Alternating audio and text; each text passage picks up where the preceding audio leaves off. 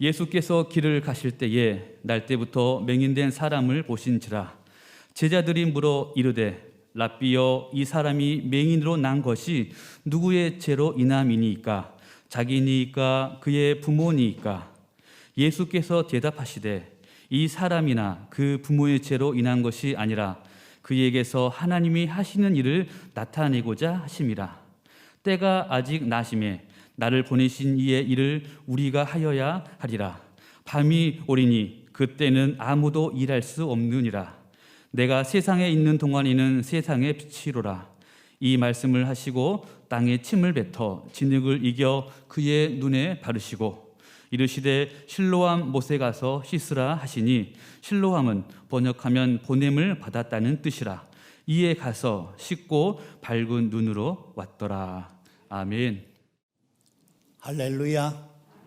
오늘도 복되고 성스러운 주일, 여호와의 명령을 따라 죄전에 나와 영이신 하나님 앞에 신령과 진정으로 예배하는 우리 동광교회 복된 성도들 위해 하나님의 은혜와 평강이 함께 하시기를 주님의 이름으로 축원합니다.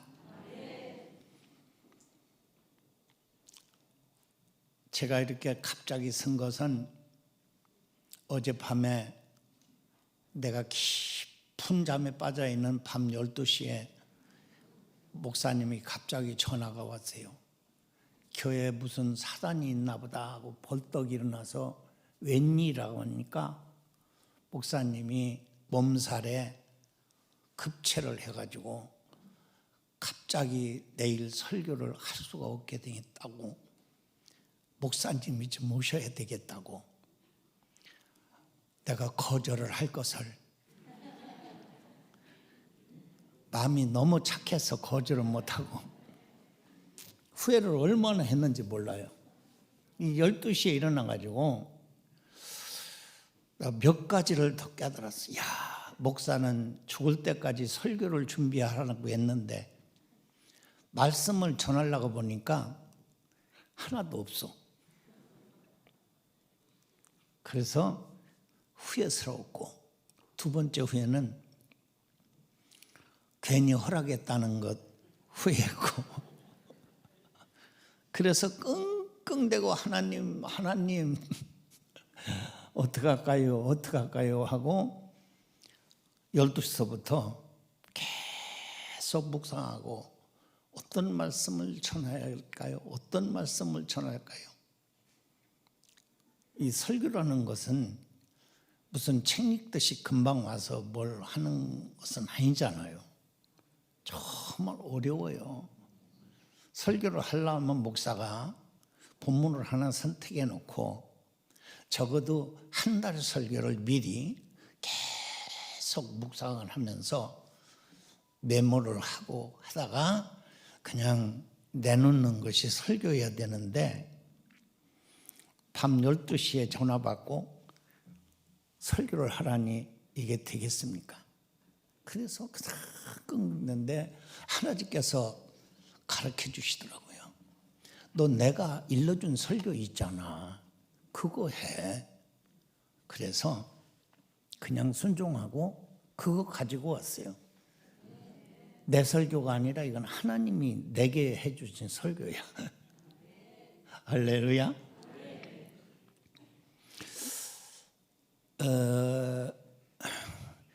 오늘 설교 들어가기 전에 우리 이재혁 선교사님이 코로나로 인해서 참 어렵게 귀국을 하고 몇 달 동안 있는 가운데도 여러분들에게 한 번 강단에 서지도 못하고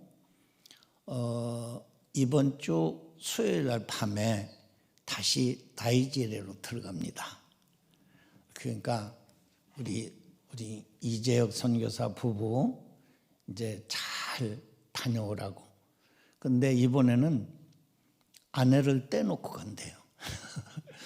거기가 상황이 아주 나쁘니까 둘째 아들하고 우리 손은영 선교사는 놓고 우리 큰아들하고 지금 이재혁 선교사만 이번 주 화요일 날 갔다가 어쩌면 11월 안에 오는데 그렇지 않을 경우는 내년 여름이나 들어오게 될 것 같습니다.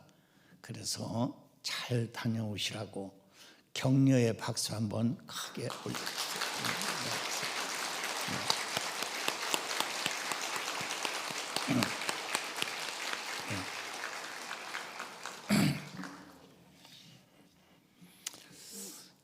오늘 설교는 제가 1998년도 IMF가 1997년도 가을에 터졌는데 그때 우리 해오름에 해뜨는 집에 생활관을 건축하고 그 다음 해에 입주하는 날 제가 이 선교 본문을 택해 가지고 예수님의 장애관이라는 제목으로 설교를 준비했습니다.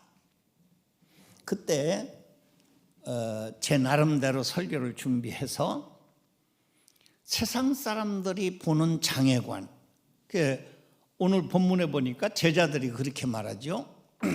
선생님, 저 사람이 맹인이 된 것이 자기 죄입니까? 자기 부모 죄입니까? 라고 예수님 앞에 물었을 때 예수님은 아니, 그 부모 죄도 아니고 그 사람 죄도 아니고 이 장애인에게서 하나님이 하시는 일을 나타내려고 저 사람 장애가 됐다는 거예요.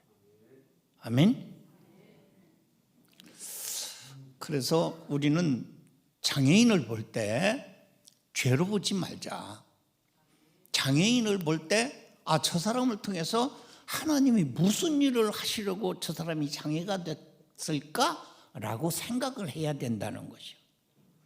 그래서 나는 그날 설교를 준비해가지고 할 설교를 머릿속에 묵상하면서 조용히 묵상을 하는데 하나님이 하시는 일이라는 포인트를 맞춰놓고 내가 어떻게 일하는 줄 아느냐 하면서 세 마디를 저한테 그때 들려주신 말씀이에요.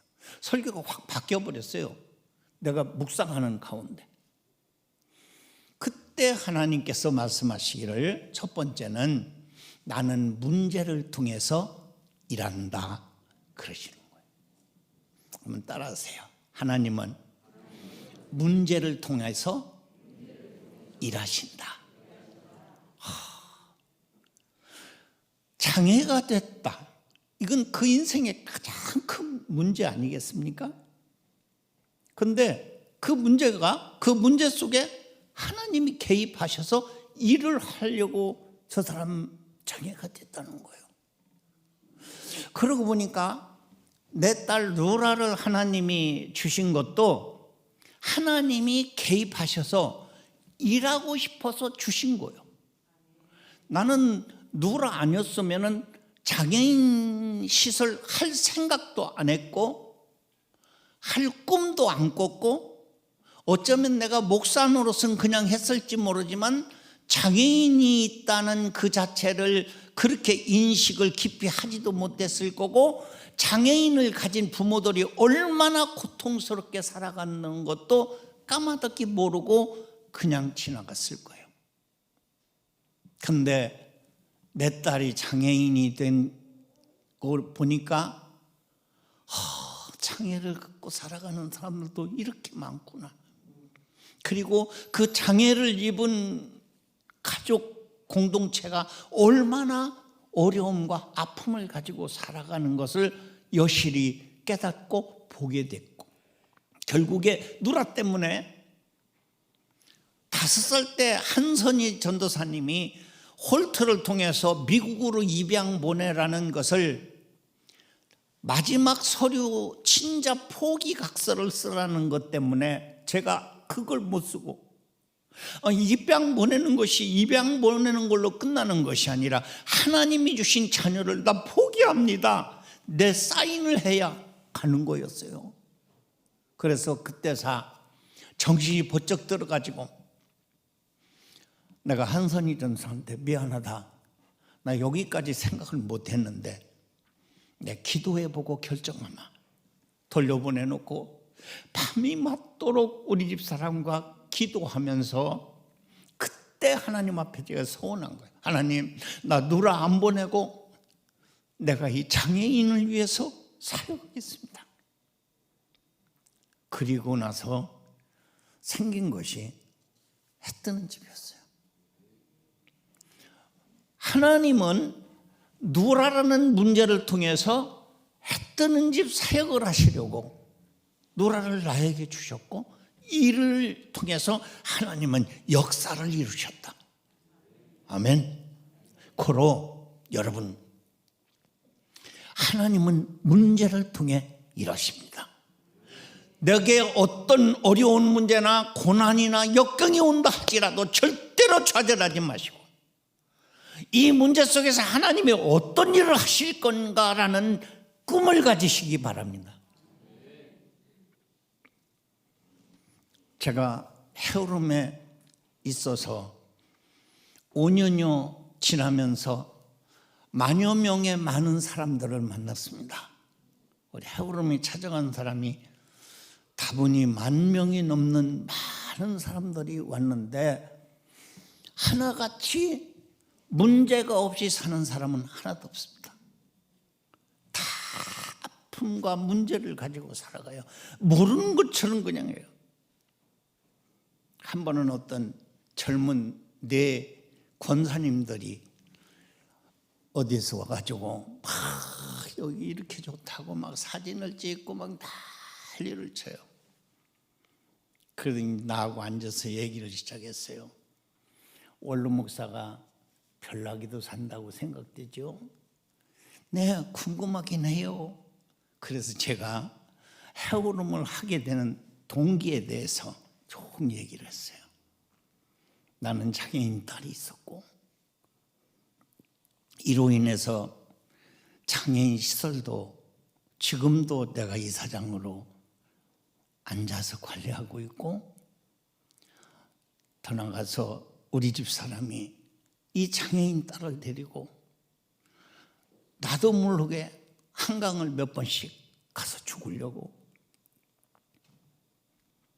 몸부림을 치면서 그 누구도 하나 위로해 주지 못하는 그 아픔을 품에 안고 살아가면서 내가 은퇴를 하면 꼭 쉼터를 만들어서 나같이 고통받고 있는 장애인 부모들, 인생의 고뇌 속에서 좌절하고 절망하는 개척교회 사모님들, 그리고 실패자들, 그리고 우리 아들이 선교사니까 선교사들이 와서 잠시나마 쉴 수 있는 그런 공간을 가져야 되겠다라는 그 꿈의 현장이 바로 여기 헤어룸입니다.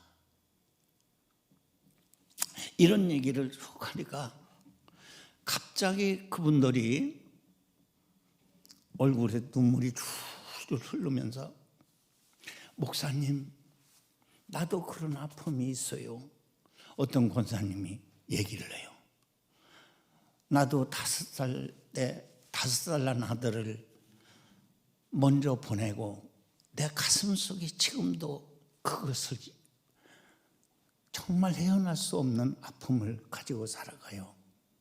그러니까 이 권사님, 한 교회를 섬기는 권사님들인데도 다 각자 자기의 아픈 문제들을 품고 아닌 것처럼 살았는데 거기서 터져 나오기 시작한 거예요. 한 권사님은 자녀를 잃은 아픔, 한 권사님은 암 선고를 받은 아픔, 한 권사님은 자기 남편이 사업을 하는데 부도가 났다는 소식을 듣고 걷잡을 수 없는 아픔을 가지고 헤어나오지 못하는 그런 아픔, 다 하나같이 아픔을 끌어내놓고 그때서, 아니 권사님 그런 일이 있어, 아이고 권사님이 암이 걸렸대, 감히 권사님이 사업 잘 되더니 하고 다 끄집어내놓고 끌어안고 엉엉 울기 시작했어요. 그래서 이 세상은 하나같이 다 여기 앉아 있는 사람도 예외는 아니에요. 그런데 정말 이해 못하고 아픈 사람도 있더라고요. 내가 저번에도 잠깐 말씀을 드린 것 같은데, 한 번은 사별하고 고통 속에서 사는 어떤 권사님이 한 번 오셨는데, 처음에 와서 막 사진을 찍고 막 이렇게 좋다고 하더니, 우리 해오름에는 카페가 크리스마스로 1년 360 크리스마스 분위기를 해놨어요. 근데 이분이 문을 열고 들어오다가 팍 닫고 그냥 나가요. 근데 같이 온 서울대학교 사별하는 사람들을 케어하는 간호사였는데, 그분이 언뜻 얘기를 해요. 목사님, 저분이 아들이 죽어가지고 지금 갈팔을 모르는 사람이에요. 아, 그러냐고. 그 나중에 들어와서 이제 자처지징을 얘기하는데, 자기는 정말 주님 안에서만 살았대요. 평생 2번 교회를 빠졌는데, 그 한 번이 크리스마스 날 그 아들 생일날 애 낳느라고 교회를 못 간 거. 그리고는 정말 교회 안에서 주님을 위해 살았는데 그 아들 하나 데리고 사는 거예요. 나 아빠에 대해서는 얘기를 못 들었어요. 근데 어떻든 이 아들 하나 데리고 이혼을 했는데 사별을 했는지는 몰라요. 근데 이 아들이 너무 똑똑했어요.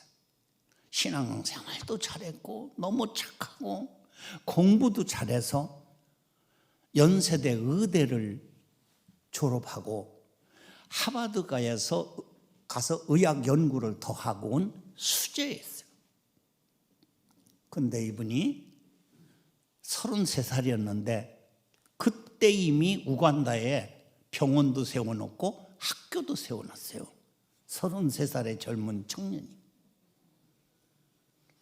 승승장구하던 아들인데 어느 날 갑자기 백혈병이 와가지고 급성 백혈병으로 죽은 거예요. 33살에. 근데 이 엄마가 얼마나 가슴이 아프겠어요. 그래서 제가 웬만하면 위로하면 사람들이 다 잘 받아요. 근데 이분은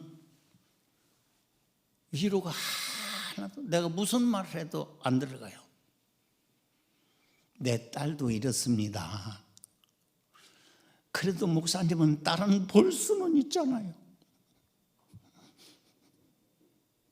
할 말이 없어요. 내 큰아들은 의사지만 근무력적으로 불치해병을 앓고 있습니다. 지금도 스테로이드를 먹고 살아갑니다. 그러면 그 권사님 한마디는 그래도 아들을 볼 수는 있잖아요.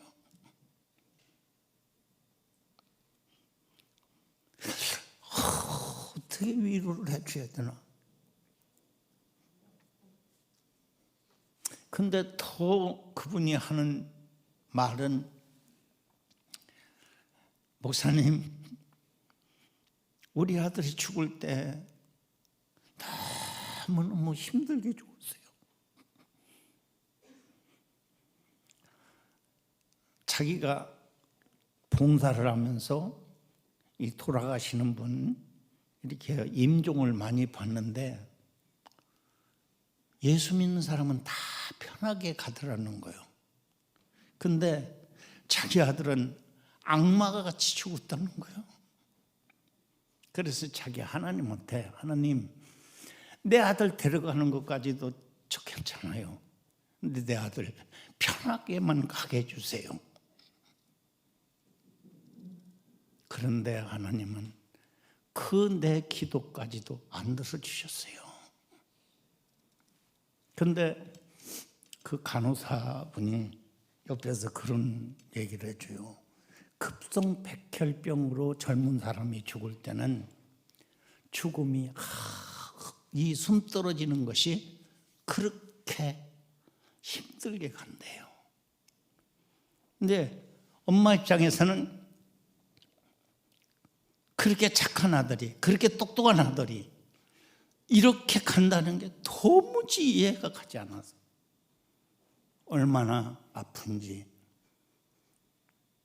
지난 겨울에는 추우면 이불을 가지고 아들 무덤을 덮어주고 그 옆에서 쪼그려 앉았다가 오늘 그 어머님의 방.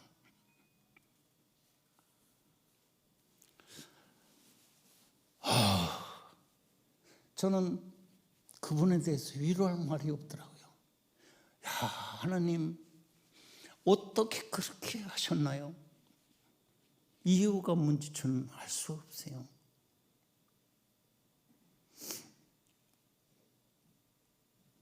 내 딸, 내 아들이 좀 아프고 그 문제는 아무것도 아닌 것을 내가 깨달았어요. 그래요. 수없는 사람들이 많은 문제를 가지고 그 아픔을 소화하며 살아가고 있다는 거예요.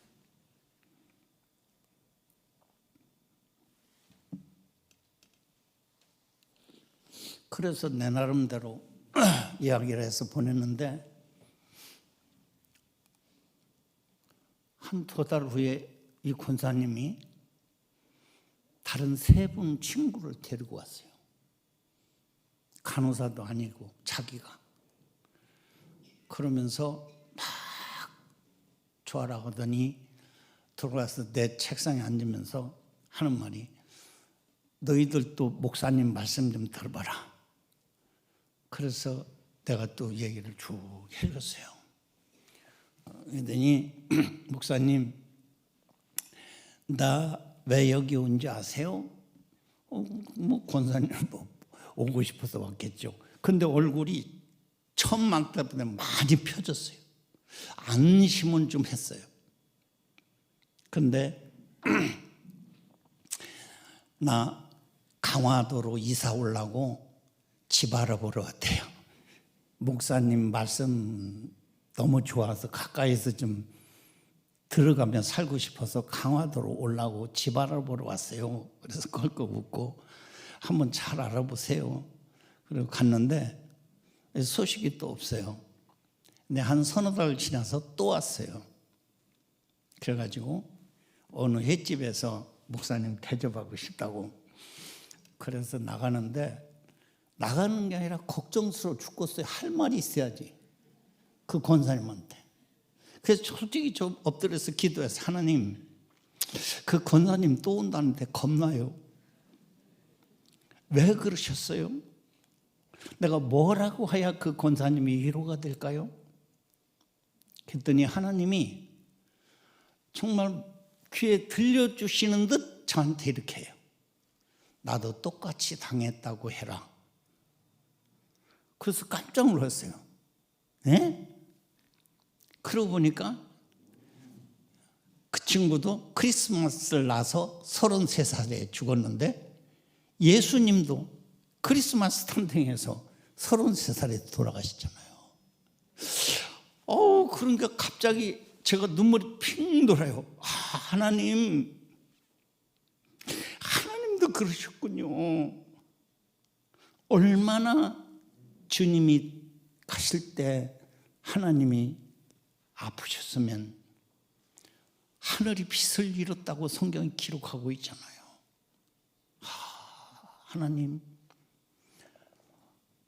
하나님도 그렇게 아프셨군요. 그래서 가가지고 그 권사님한테 밥을 얻어먹으면서 많이 얼굴이 펴져서 오셔서 권사님 내가 권사님한테 무슨 말로 위로해 줄까요? 하고 하나님께 물었더니 하나님이 그리 말씀하시대요. 나도 똑같이 당했다고 해라. 그랬더니 그 권사님 대뜸 하는 말이 우리 아들은 예수님은 아니잖아요.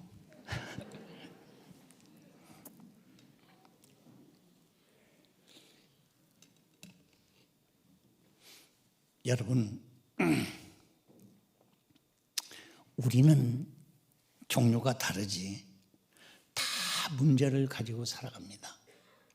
근데 그 문제는, 성도들에게 주는 문제는 난 너하고 한번 같이 하고 싶어 라는 사인이라는 걸 기억하시기 바랍니다. 하나님, 성경을 다 보세요. 하나님이 개입한 일에는 문제가 있었습니다. 그러니까 성도들에게 어떤 어려움이나 고난이나 역경이나 문제가 온다는 것은 난 너하고 같이 있고 싶어 하는 하나님의 사인임을 아시고 좌절하거나 절망하지 마시기 바랍니다. 두 번째 하나님이 제게 들려주신 말씀은 나는 꿈 있는 자와 함께 일한다 라고 말씀하시더라고요. 나는 노라를 입양 보내지 아니하고 이런 시설을 하겠습니다라고 하나님께 서원한 후에는 계속 장애인 생활시설을 꿈을 가지고 살았어요. 그 꿈이 이루어지는 날이 바로 그날이었어요. 할렐루야. 한번 따라하세요. 꿈은 이루어진다.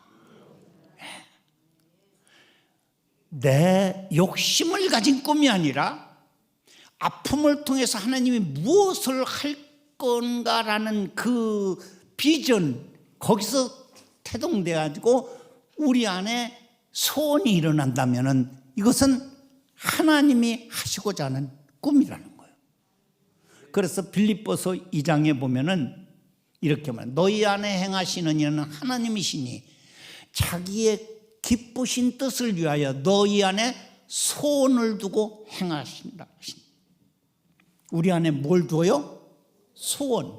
소원은 꿈이잖아요. 하나님은 우리 안에 소원을 두고 행하시는 하나님이시다. 그렇기 때문에 우리는 어려움 속에서 내게 어떤 비전이 생기면 이것은 꿈이다. 할렐루야. 하나님이 하시고자 하는 일이다 하고 꿈을 갖고 살아가는 여러분들 다 되시기를 축복합니다. 마지막 하나님께서 하신 말씀은 나는 일하는 자와 함께 일한다 하시는 거예요. 일하는 자와 함께 일하시는 하나님. 여러분, 소경 맹인에게 예수님은 다가가셔서 너 눈 떠라 그렇게 하지 않았어요.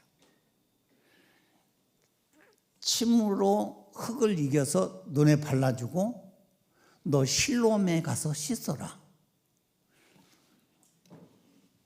예루살렘에 많은 소경이 있습니다.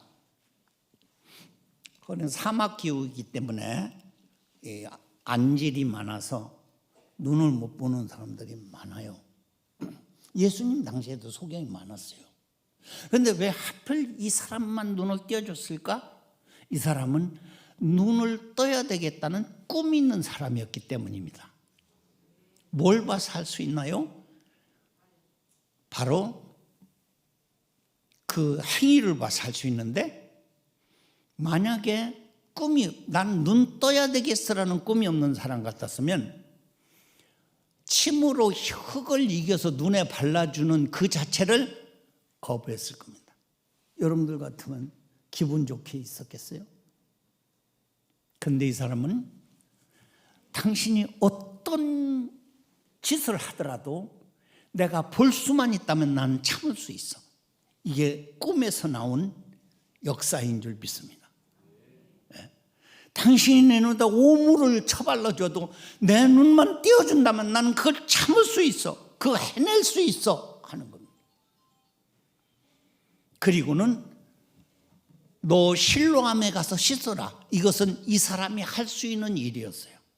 만약에 이 사람이 가다가 중도에서 포기했다든가 실로암에 가서 씻지 않았다면 이 사람은 예수님이 하시는 일, 하나님이 하시는 일을 체험할 수 없었어요. 그런데 이 사람은 예루살렘에서 실로암까지, 여러분들 성지를 가면 예루살렘에서 실로암은 이 시온산이 굉장히 가파른 요새입니다.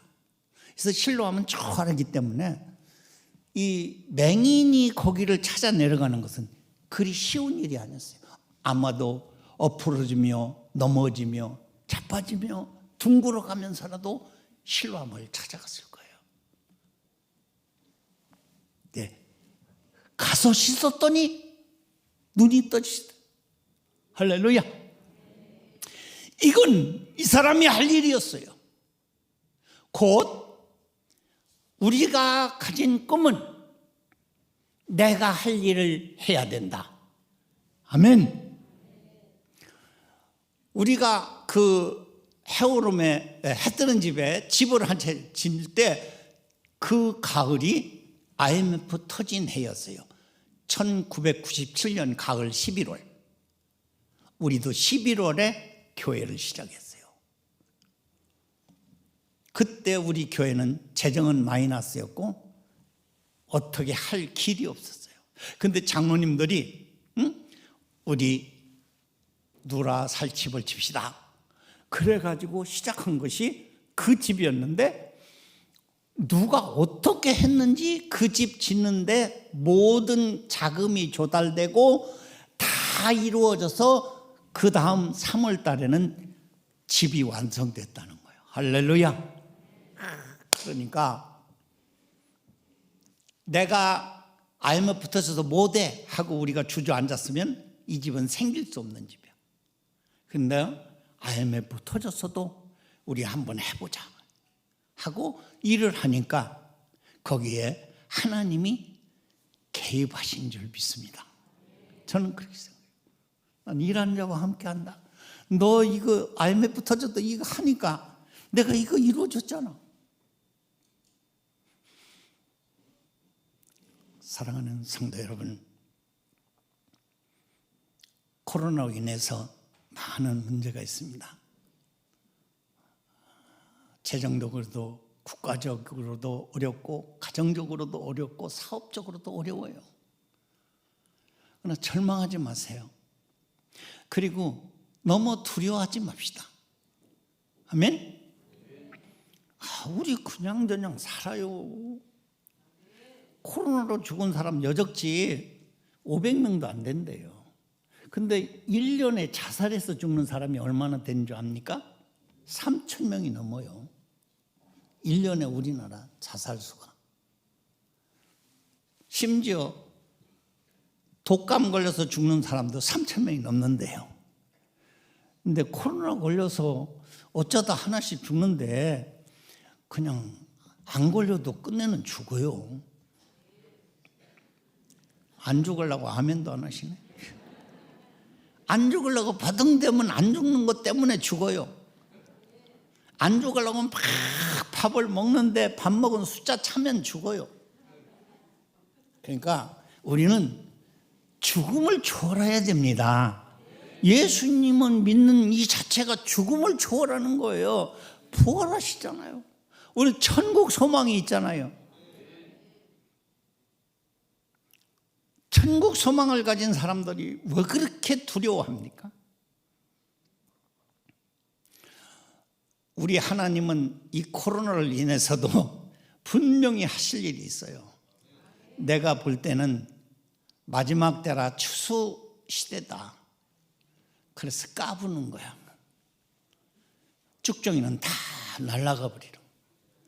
오늘 여기 참여하신 분은 저를 알고 계기를 믿습니다.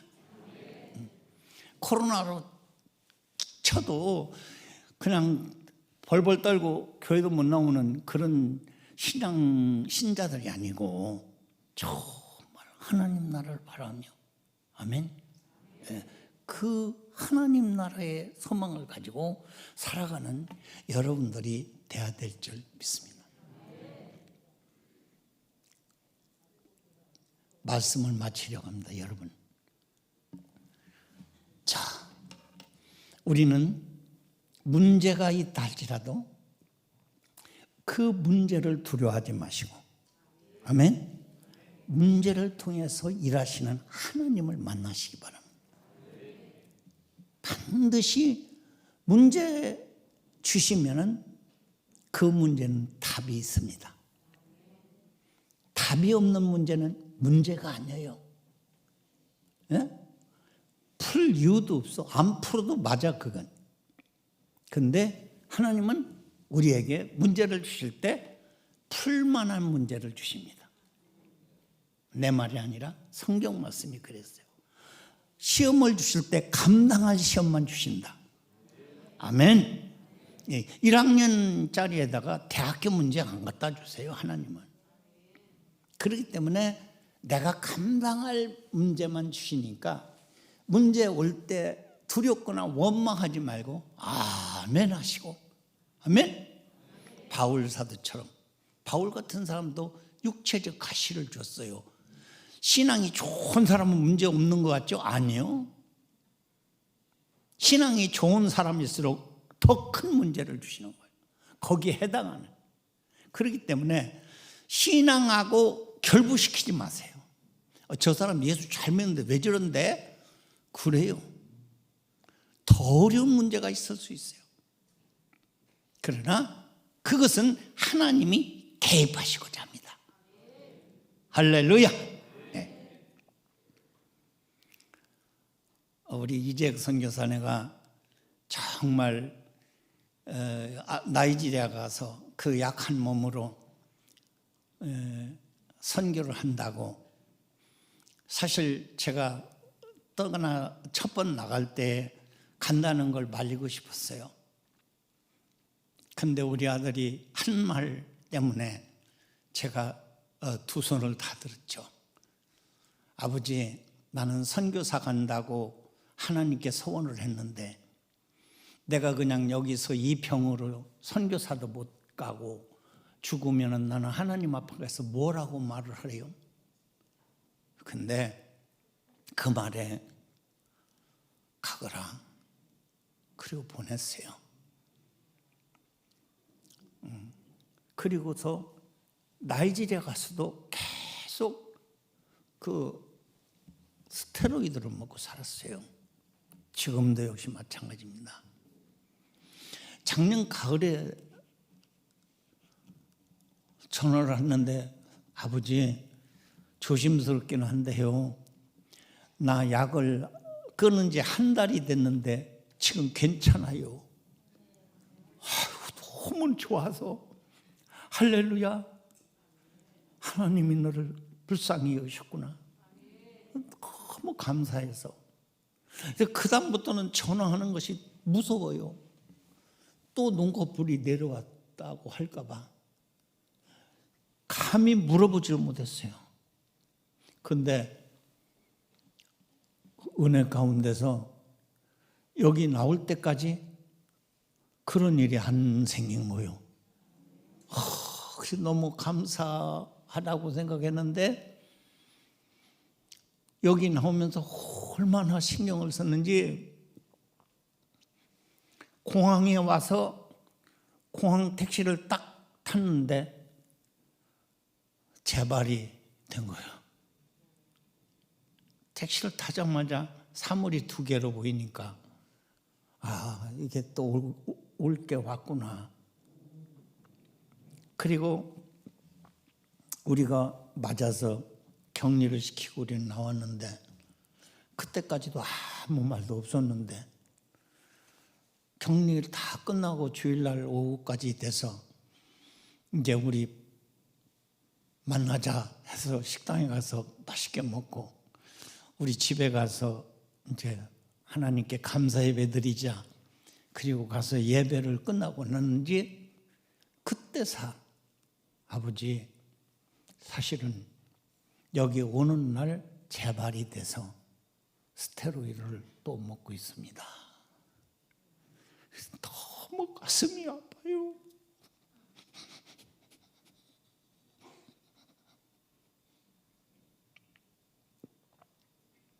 근데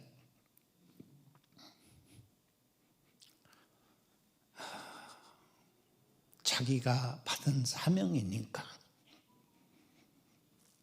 또 나이지리아를 향해 들어갑니다. 여러분들 기도 좀 많이 해주세요. 지금까지. 이번에 나와서는 여러 가지 허리도 아파서 허리도 치료도 했고 이 신경에 종양이 생겨서 정말 어려운, 그래서 여러분들에게 아시는 분들 아마 교회에서 기도도 많이 해주셨는데 그 혹이 그냥 보통 혹이 아니라 신경 안에 혹이 생겨서 이 잘못 수술을 하면은 매우 어려운 수술인데 다리를 발가락이 움직이지 않거나 신경 때문에 다리에 이상이 있을 수 있으니까 조심스러운 수술이었는데 하나님이 기적같이 잘 되게 해주신 줄 믿습니다. 그래서 이제 겨우 수술 후에 지금 한 열흘쯤만 지난 것 같아요. 아무 이상이 없으니까 이번 주 수요일 날 나이지리아 다시 들어가게 되니까 여러분들 우리 교회가 파송한 유일한 선교사님이니까 여러분들 그냥 항상 기도 많이 해주셔서 이런 문제도 저는 그래요. 제가 이렇게 딸 문제도 지금도 나는 딸한테 아버지 소리를 한 번 들어본 적 없어요. 문제가 해결된 건 하나도 없어요. 그러나 이런 문제 속에서 하나님의 은혜가 작동을 하고 하나님의 역사가 일어나고 있다 하는 걸 여러분들 기억하시고 항상 믿음으로 승리하는, 문제 속에서 일하시는 하나님, 할렐루야. 꿈 있는 자와 함께 일하시는 하나님, 일하는 자와 함께 일하시는 그 하나님을 굳게 믿고 늘 주 안에서 승리하는 복된 성도들 되시기를 축복합니다. 기도하겠습니다. 살아계신 하나님 아버지 감사합니다. 오늘 이 거룩한 날 주 앞에 나와 하나님께 영광 돌리게 하심을 감사합니다. 코로나로 인하여 집안에서 예배 드리는 분들도 계신데 우리가 주 앞에 나와서 이렇게 예배 드리오니 하나님이 기억하시고 문제를 통해서 역사하시는 하나님을 만나는 성도들 되게 하시고 꿈 있는 자와 함께 일하시는 하나님을 꿈속에서 만나게 하시고 일하는 자와 함께 일하시는 그 하나님을 우리 성도들이 늘 만나 믿음으로 승리하는 복된 성도들이 되게 하옵소서. 우리 이경렬 담임 목사님 몸이 너무나 힘이 들고 지금 약해져서 오늘 강단을 서지 못했는데 여호와 라파 치료의 손으로 치료하여 주셔서 건강을 하루속히 회복하여 다음 은혜의 특별 새벽기도가 되도록 하나님이 축복해 주옵소서. 우리 이재혁 선교사 이제 이번 주 수요일 날 나이지리아에 다시 들어갑니다. 하나님 기억하시고 이 아들을 통해서 하나님이 하시고자 하는 모든 뜻을 성취하도록 복을 내려 주옵소서. 여기 남아있는 가족에게도 은혜 주시고 한없는 축복이 선교사 가정에 임하도록 역사해 주옵소서. 이제는 우리 주 예수 그리스도의 은혜와 우리 하나님 아버지의 크신 사랑과 성령님의 감화 감동 충만하시는 종이 오늘 주 앞에 나와 어려운 역경 속에서도 문제를 통해서 일하시는 하나님, 꿈 있는 자와 함께 일하시는 하나님, 일하는 자와 함께 일하시는 그 하나님을 만나고 승리하는 복된 성도들 머리 위에 지금부터 영원토록 함께 계실지어다. 아멘.